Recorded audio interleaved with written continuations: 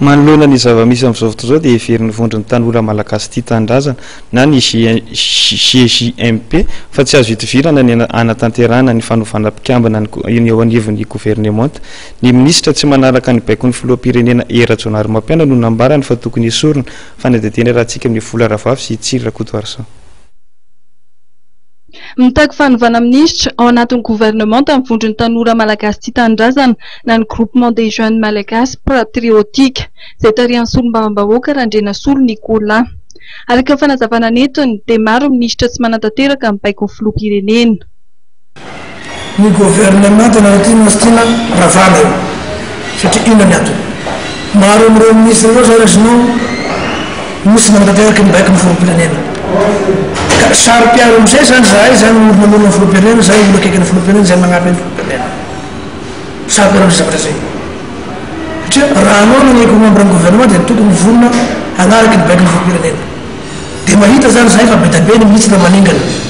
raha zay zany azonao mahasara sary mpiaro anay satria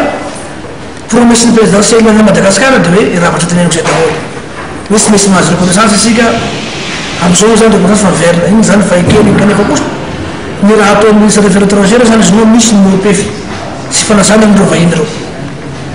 faharoa zay dia le stage io nokalikoana tamin'ny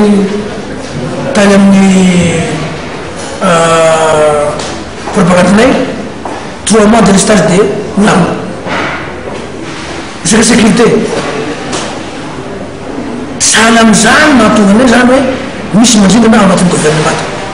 président ny publique toloko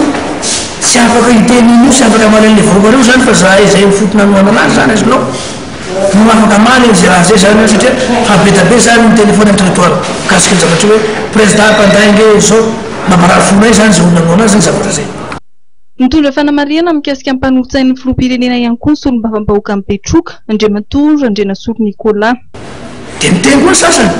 hoe misy mba mahalatra ny président manodidina ny président reo marina zany io zany filotenenay atao ato sy misy mahaton'ny président zany zay zany zay mpanao politika nanoana anazy tamin'ny président tosy deuxième tour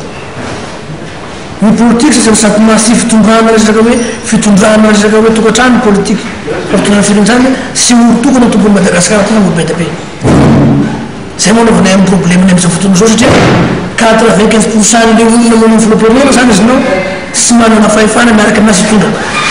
dia manana sarotra zany izy nao tondrana ny firenena zay mahatonga Madagasikara tena varamira satria olona ampianazy zany izy nao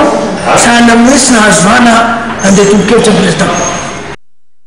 Marina fa ny GJMP dia ao anatin'ny PMP izay vondrona politika manohana ny filoham-pirenena Erajonary Mampiana ary nijoro ny alohan'ny fanendrena prime ministre voalohany Repoblika faha-efatra.